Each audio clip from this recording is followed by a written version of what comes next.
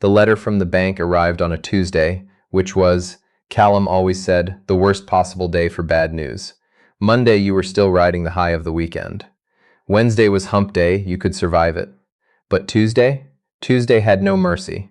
It just sat there, gray and indifferent, and handed you an envelope that told you the business your grandfather had built with 30 years of early mornings and calloused hands was 60 days from foreclosure.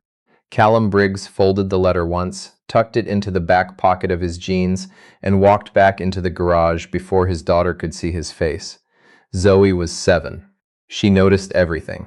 She was sitting on the old wooden stool near the tool cabinet, the one she'd claimed as hers 3 years ago, the one she'd decorated with dinosaur stickers that Callum had pretended to hate, eating a granola bar and watching him the way she always did, like he was the most reliable thing in the world. Like nothing could go wrong as long as he was in the room. He grabbed a wrench and slid under the Silverado that had come in yesterday. Busted transmission mount. Straightforward job. He could do it with his eyes closed, which was good, because right now his eyes were burning in a way that had nothing to do with the garage lighting. Briggs Auto had been on this corner of Maplewood Avenue in Concord, New Hampshire, for 31 years. His grandfather had opened it the same year Callum's mother was born. His father had taken it over when Callum was 9. Callum had inherited it at 26, after the accident, 2 weeks before Zoe arrived early and angry and screaming into a world that had just taken her grandmother and grandfather in a single rainy intersection. He'd kept it going for 7 years. 7 years of barely keeping the lights on, of rotating which bill he paid this month and which one he pushed to next, of being the guy people in this neighborhood trusted because his grandfather had been that guy and his father had been that guy, and that was worth something even when the bank said it wasn't. The bank apparently had stopped caring about what things were worth. 60 days. "Dad," Zoe said from her stool, "you're clanging too hard." He eased up on the wrench. "Sorry, Bug. Are you grumpy?" "No, your face is grumpy." He slid out from under the truck and looked at her. She was watching him with her mother's eyes, serious and patient, waiting for the truth. Her mother, who had walked out when Zoe was 4, who sent birthday cards from Portland, with a Portland return address and nothing else. Callum never said anything bad about her. He also never said much at all. "I got some paperwork I have to deal with," he said. "Nothing you need to worry about." Zoe considered this. "Is it the money thing?" He went still. "What money thing? You were on the phone last week and you said, 'I understand, but I need more time,' and then you were quiet for a long time after." She broke off a piece of granola bar and offered half to him. "I'm not a baby, Dad." He took the granola bar, sat on the edge of the car ramp and looked at his daughter. She was wearing the purple sneakers she'd picked out herself, scuffed at both toes already, and a hoodie 3 sizes too big because she'd decided big hoodies were cooler than regular hoodies. She was the most sensible person he knew. "It's going to be okay," he said, which was not technically an answer, but Zoe accepted it the way she accepted most things, with a long look that said she was reserving judgment, and went back to her granola bar. He went back under the truck. 60 days. He'd figure it out. He always figured it out. The blind date had been Mrs. Kowalski's idea, which meant Callum had approximately 0 legitimate grounds to refuse it. Mrs. Kowalski was 73, lived 3 doors down, watched Zoe on school afternoons, and had kept Briggs Auto in free pie and casseroles for the better part of a decade. She was also when she decided to be completely immovable. "Her name is Margot," she'd told him, sliding a post-it note across his kitchen counter like they were negotiating a treaty. "She's my niece's colleague. Very accomplished. Very pretty. Single. I'm busy." "You're always busy. You've been busy for 7 years." Mrs. Kowalski had looked at him over her reading glasses with the particular expression she reserved for people who were being intentionally obtuse. "She's going to be in Concord for a conference this weekend. 1 dinner. You can survive 1 dinner. I don't." Callum. That was it, just his name. But she said it the way his grandfather used to say it, like it contained a complete sentence that ended with "don't be an idiot." He'd agreed. He'd immediately regretted it. He'd spent the next 4 days telling himself it was fine and that he could handle 1 dinner, and that he was a grown adult who did not need to be nervous about meeting a stranger for pasta. Saturday came. He drove Zoe to her friend Harper's house. He changed into the only button-down shirt he owned that didn't have a grease stain somewhere. He looked at himself in the bathroom mirror for approximately 3 seconds before deciding that was enough of that. The restaurant was called Aldine. Small place downtown, exposed brick, candles on every table, the kind of menu that listed ingredients he had to look up. He'd walked by it once and made the mistake of glancing at the prices in the window. He'd spent the following day rearranging his budget in his head and concluding that 2 full dinners here would cost more than replacing a fuel injector. He was going to have the soup. He got there 8 minutes early because he was always early, was given a table by a host who looked at his shirt with the neutrality of someone being professionally polite, and sat with his water glass trying to remember the last time he'd been on a date. 3 years. The dentist named Claire, who had been perfectly nice and absolutely not interested in a man who answered every question about the future with, "Well, it depends on Zoe's schedule." She'd texted 2 days after their one dinner that she'd met someone else. He'd felt mostly relieved. He looked at his phone. The woman, Margot, Mrs. Kowalski had said, was supposed to be here at 7. It was 6:52. He should not have come early. He had 8 minutes to sit here being conspicuous. He turned his water glass in his hands and looked at the door. At 6:47, on the corner of Pleasant Street and North Main, a black town car pulled halfway onto the curb and stopped. The woman inside was on her 3rd call in a row, which was how most of Margot Hale's Saturdays went regardless of the city she happened to be in. She had a conference presentation on Monday morning, a legal review pending on a potential acquisition in Boston, and a CFO who kept sending messages with the subject line "quick question" that were never quick and rarely questions. "Push the meeting to Tuesday," she said. "No, Tuesday. Because I will not be in the building on Monday morning, I'll be presenting at the Whitfield Summit, which has been on the calendar since March. Yes, the whole calendar, not just mine." The town car jerked to a stop. Margot caught herself against the door. "Hold on." She looked up. "What happened?" The driver, a quiet man named Tim, who had been driving her for 2 years and had developed the self-preservation instinct of never delivering bad news abruptly, said, "The engine, Ms. Hale. Something's wrong with the engine." She looked through the windshield at the thin curl of steam rising from the hood. She closed her eyes for exactly 2 seconds. "I'll call you back," she said into the phone. She got out of the car. She was wearing what she always wore when she had to be somewhere important and presentable on short notice. A deep charcoal blazer over a silk blouse, slacks with a crease that survived most disasters, heels that were sensible enough for walking, and professional enough for every room she was likely to walk into. Her bag, structured leather, the color of dark cognac, was over her shoulder. She looked, in other words, like someone who had somewhere to be and not someone who had planned to be standing on a sidewalk staring at a steaming car hood. She looked at her watch, 6:49. The restaurant was 4 blocks away. Tim was already on the phone with a dispatcher, his voice low and apologetic. She heard the words 45 minutes and turned slightly away so she could think without the information being immediately visible on her face. 45 minutes for a replacement car, which meant she would arrive at the restaurant at 7:34, at the earliest, for a 7 o'clock reservation, for a blind date she hadn't wanted to agree to in the first place, and had only agreed to because her colleague Denise had asked twice, and Margot found it genuinely difficult to say no to Denise, who had once covered for her during a board presentation when Margot had a fever of 102 and hadn't told anyone. She owed Denise. She did not, however, owe Denise 45 minutes of standing on a cold sidewalk in November. She pulled up the reservation confirmation on her phone. The man's name was Callum. There was no last name on the note Denise had sent. Just Callum, Concord, really good guy, you'll like him, which was exactly what people said about people you would not in fact like. She was composing a text, apologetic but firm, 45 minutes late, reschedule, when she heard footsteps on the sidewalk behind her slow down and stop. "Is it the coolant?" She turned. The man was mid-30s, dark jacket over a blue button-down shirt that was slightly rumpled at the collar, the kind of build that suggested he used his hands for actual work rather than the gym. He was looking at the car hood, not at her.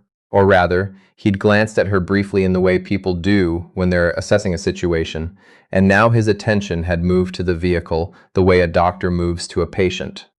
"I don't know what it is," she said. The driver said the engine. "Mind if I take a look?" He said it simply, without the particular brand of condescension that some men applied to car conversations with women, and she found herself stepping back before she'd consciously decided to. "Go ahead." He glanced at the driver, who nodded, and then he popped the hood with the ease of someone who'd done it 1,000 times. Steam hit the cold air.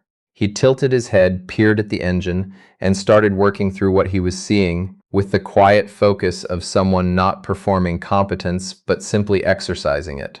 "Coolant hose let go," he said after a moment. "Right clamp. Probably been wearing thin for a while." He straightened and looked at her. "You got somewhere to be?" "Yes." "How far?" 4 blocks. He considered the engine. "I can have this running in 15 minutes. I've got what I need in my truck." A pause, and she got the impression he was debating something. "Or you can walk. It's cold, but 4 blocks is 4 blocks." She looked at her heels. She looked at the steaming engine. She looked at him. 15 minutes? Give or take. "All right," she said, and then, because the situation seemed to call for it, "I'm Margot." He was already moving toward a dark blue pickup truck parked 20 feet back. "Callum," he said over his shoulder. She went very still. He had his head in the truck bed, pulling out a kit, and didn't see her expression. "Callum." She looked at her phone. She looked at the note from Denise. She looked at the man currently pulling a replacement hose clamp out of a toolbox with the methodical efficiency of someone who repaired things for a living. Her blind date was fixing her car. She put her phone in her pocket. She did not say anything. He worked fast. She'd give him that. She stood to the side, close enough to watch, far enough not to be in the way. Tim had gone to call the dispatcher back and cancel, which left her alone on the sidewalk with the sound of the engine ticking as it cooled and the occasional scrape of metal from under the hood. She should say something. She was aware of this. She was also aware, with the particular self-possession of someone who had spent 15 years navigating rooms full of people who wanted to catch her off guard, that she was not sure what to say. Because here was the situation. He didn't know who she was. She didn't know who he was, not really, just a name on a note, really good guy. And he was, on the available evidence, exactly that. He had stopped on a cold Saturday night to fix a stranger's car. He was doing it efficiently and without commentary. He had not asked her to be impressed or grateful or anything at all. He'd just asked if she needed help, and then provided it. She watched him work and thought about the last 3 men she'd been set up with. The hedge fund manager who'd spent 40 minutes explaining her own industry to her. The real estate developer who'd asked about her long-term relationship goals on the second glass of wine, as though filling out an application. The venture capitalist who had, with genuine confidence, suggested she might want to consider stepping back a bit from work once she found the right situation. She thought about Callum Briggs. She didn't know his last name yet, but she'd find out. She found out everything. Stopping on a Saturday night to help someone he didn't know. Doing it without making it a production. "You're all set," he said. She came back to herself. He'd lowered the hood and was wiping his hands on a cloth from his kit. There was a small grease mark on his right cuff. "Thank you," she said. "Genuinely. It'll hold." He glanced at the car, then at her. "You're going to want to have the full line looked at, not just the clamp. This one let go, the others aren't far behind. I'll arrange it." A pause. The kind that happens when a natural stopping point has been reached and both people are deciding what happens next. She looked at him. He looked not quite away, but sideways, in the direction of the restaurant, in the direction he'd been going before he stopped. He was going to dinner. She thought 4 blocks, 7 o'clock reservation, Concord. She thought Denise. She thought, really good guy. She picked up her bag. "I appreciate the help." "No problem," he said. "Have a good night." and they went in opposite directions, which meant they arrived at Aldine within 90 seconds of each other, which meant the host seated him at the table for two by the window, and then, 4 minutes later, walked her to the same table. Callum looked up. She looked back. Something moved across his face, quick, contained, but visible to anyone paying attention, and she was always paying attention. She sat down across from him. "Margot," he said carefully. "Callum," she said. A silence. "So," he said. "So," she said. He looked like he was doing the math on several things at once. He landed somewhere between disbelief and the particular resignation of a man who had learned that the universe had a specific sense of humor and had stopped arguing with it. She picked up the menu. "The halibut is probably good," she said. "Based on nothing. I've never been here." He looked at his menu. She saw his eyes go to the prices. She saw what happened in his face when they did. Not embarrassment exactly, but a quiet, controlled recalibration, the decision being made without drama. She had grown up with money, which meant she had spent her whole adult life learning to distinguish the people who had always had it from the people who hadn't. She recognized the look. "I was thinking the soup," he said. "The soup is $8, and this place charges $18 for bread service," she said. "The halibut is worth what it costs, or the short rib. I'll get one, you get the other, we'll figure out which is better." He looked at her. "It's a more efficient use of the evening," she added, which was not the real reason and possibly not the reason he was going to believe, but was at least a reason that gave him somewhere to stand. He considered it. "All right." The waiter came. She ordered the halibut. He ordered the short rib. She ordered a glass of wine. He ordered water, and then, after a pause, coffee. She thought about asking him to tell her about himself. She did not, because she already knew several things, and the ones she didn't know could be found out in better ways than asking them directly in an opening gambit. She knew he was a mechanic. She knew he was good at it. She knew he stopped for strangers on cold evenings without making it a thing. She knew he looked at a menu the way people looked at menus when they were accounting for more than dinner. "Mrs. Kowalski," she said instead. "How long has she been your neighbor?" Something in him eased, fractionally. "Common ground. Since I inherited the garage?" "7 years. She brings food like it's a full-time job. She sent me a photo of a casserole dish once," Margot said, "to prove she'd made something. I don't know why." "I didn't ask for proof. She does that," he said. "Documentation. Like she's running a nonprofit. She told me you were, and I'm quoting, a genuinely good man who just needs someone who can keep up with him." "What did she tell you about me?" "She said I was accomplished." He nodded slowly. There was a dryness to it, the nod. "And are you?" "Generally speaking," she said.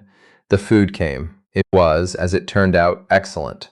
The halibut clean and precisely cooked, the short rib giving in the way good braised meat did when someone had taken the time to do it properly. She gave him a piece of the halibut on a side plate. He gave her a bit of the short rib in return. They did this without discussing it. "Zoe," she said after a few minutes. Mrs. Kowalski mentioned her. He looked up, not guarded exactly, but careful, the way people looked when something mattered. "My daughter," he said. "She's 7. What's she like?" Most men she'd noticed answered this question in bullet points. "She's great, she's funny, she's smart." Adjective lists. Evidence of affection with the texture of a resume.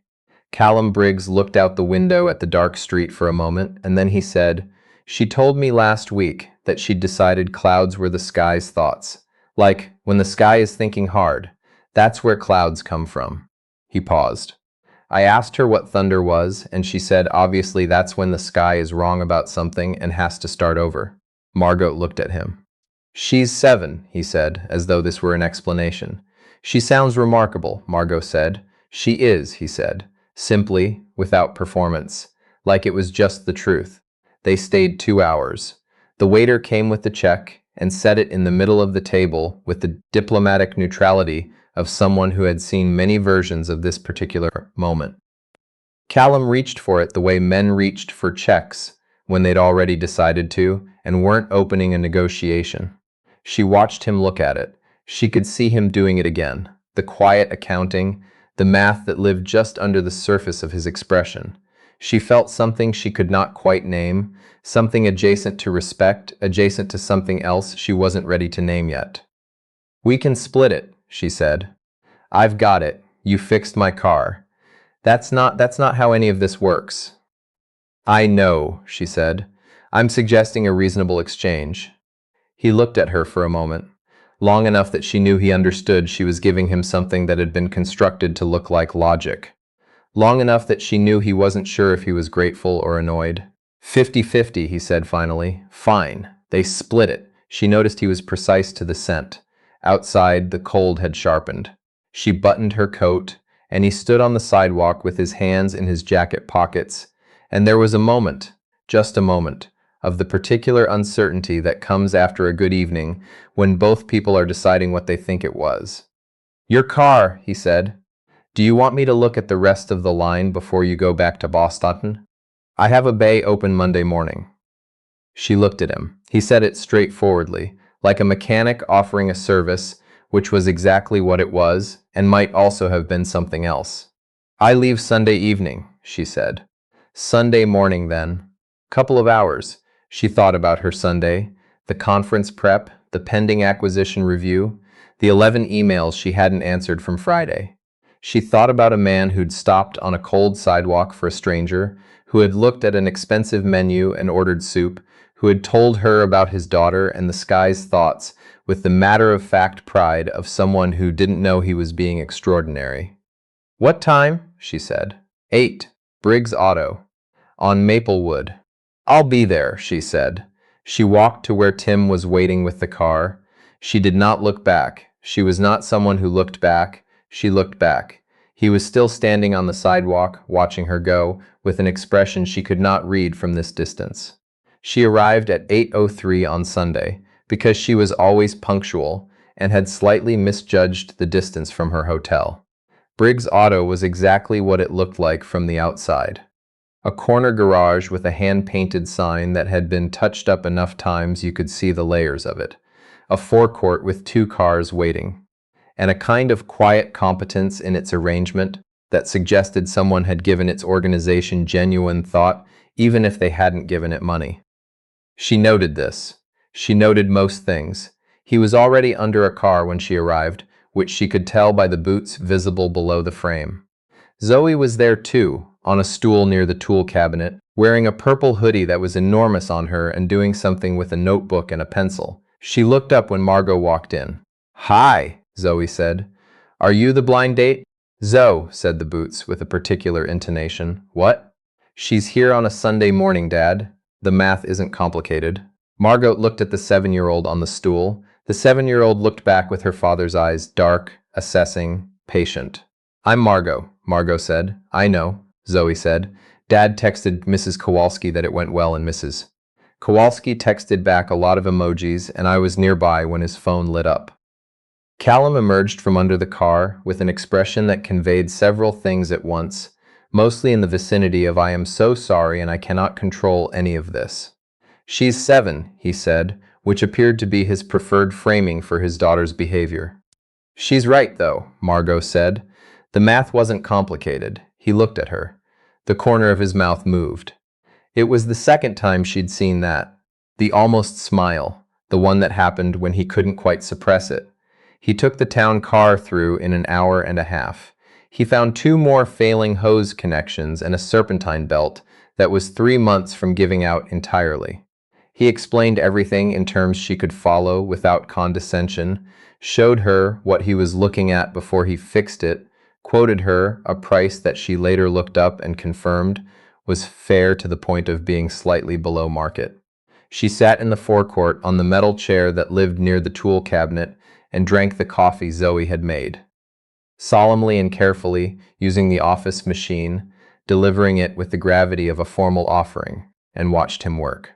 At one point, Zoe came and sat next to her and said, without preamble, "What do you do?" "I run a company," Margot said. "What kind?" "Financial services. We help other companies manage money and make decisions about where to invest." Zoe considered this. "Is that why you have a town car?" "Yes. Dad has a truck," Zoe said.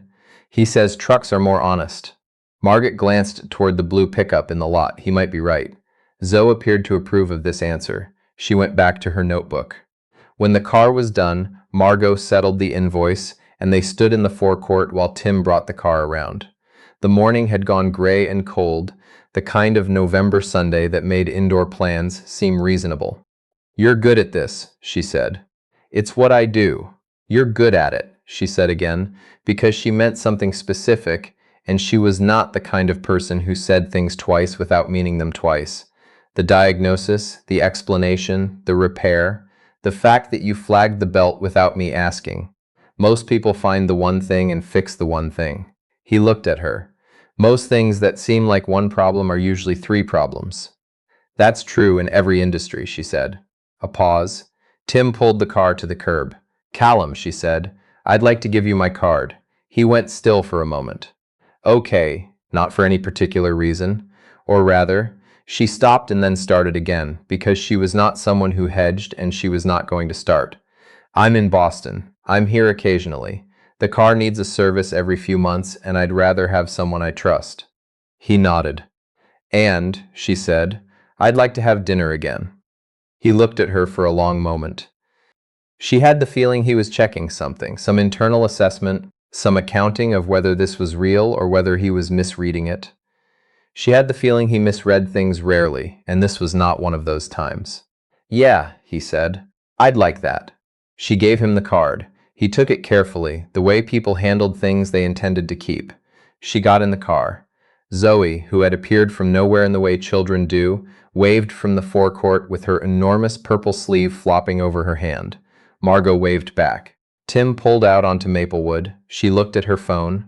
11 unread emails, 3 from her CFO, 1 from the legal team, 2 from the acquisition target's representatives. The world reassembling itself around her. She opened none of them.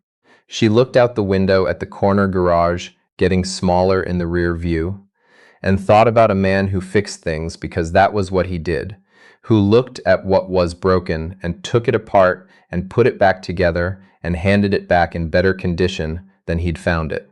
She thought about the bank letter she didn't know about yet. She would find out. She found out everything. And when she did, she would have to decide what to do with the information. Whether to do anything at all, whether that was her place, whether a woman in her position stepping into a problem like that was help or something that looked like help and felt like control. She had, in her experience, more power than most people and considerably less certainty about how to use it than anyone assumed. Most days she got it wrong and then figured out how to get it slightly less wrong the next time. She thought about Zoe on the stool, notebook open, announcing truths with the calm confidence of someone who had not yet learned to be uncertain. She thought about clouds being the sky's thoughts. She thought, some things are worth fixing right. She opened her email. She closed it again. She looked out the window at the November streets of Concord, New Hampshire, going gray and ordinary in the morning light, full of corners and ordinary buildings, and the kind of life that looked like nothing from the outside and held everything inside. Her phone rang. "CFO," she answered it. "Walk me through it," she said, from the beginning.